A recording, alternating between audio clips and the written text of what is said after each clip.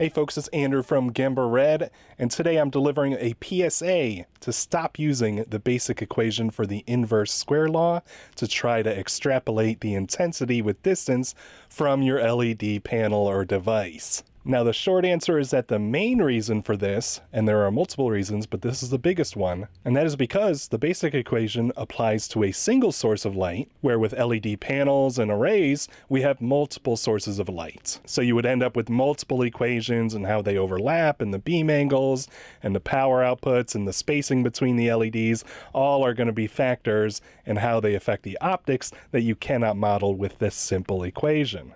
Like many laws of science, the inverse square law describes a very simple scenario, that the further away you get from a source of light, the intensity or the brightness decreases with distance.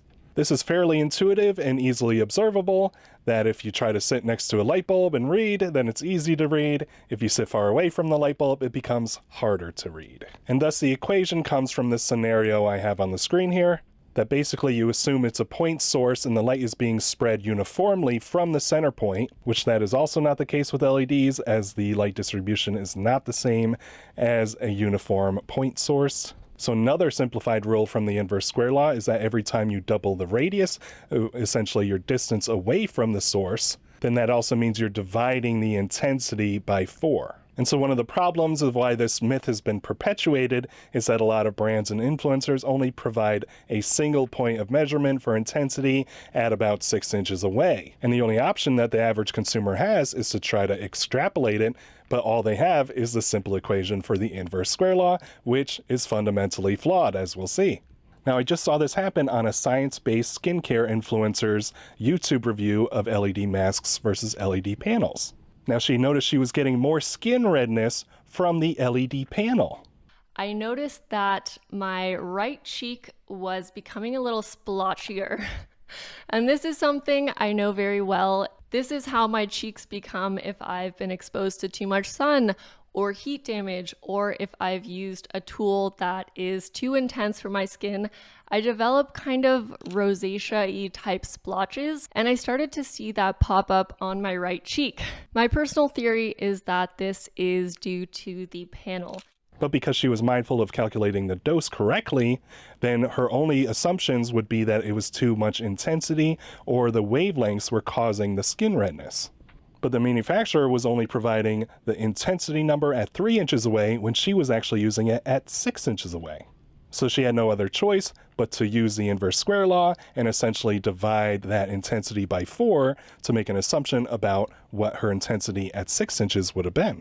According to Best Cool, the company that makes this panel, the irradiance is 106 milliwatts per square centimeter at 3 inches away from the panel, and that means at 6 inches away from the panel, which is about where I'm usually standing, the irradiance would be about 26.5 milliwatts per square centimeter, which in theory should be perfectly fine and is actually similar to my face mask. And so I have third-party testing for the full body light at increments of 6, 12, 18, 24, 36, and 48 inches away, because a mindful manufacturer might want to provide you all those different distances so you can choose your dose and intensity appropriately.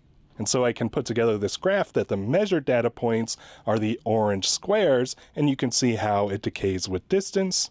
But if I just took the 6-inch measurement and I use the inverse square law to extrapolate the rest of the data points, then you can see a very different curve emerges. You see how it drops down very significantly. That's where like a lot of the older myths of like, oh, watch out for the inverse square law. That's why you have to be very close to LED devices and whatnot, because of the inverse square law and that drop off. It's not that significant, especially with modern panels and narrow beam angles and tons of LEDs and overlapping beams. That's not going to apply here. And so the equation would tell us that if you go from 6 inches away to just 12 inches away, you've divided your intensity by 4. But in reality, the measurement shows that we've only divided the intensity by 1.3. And so that's a huge difference, and that means this influencer was massively underestimating the intensity at 6 inches away, while overdosing, because of the calculation, would have her doing extra exposure time to compensate for the less intensity that she didn't have. So I just want to use this as an example that even a science-based YouTube channel can mess this up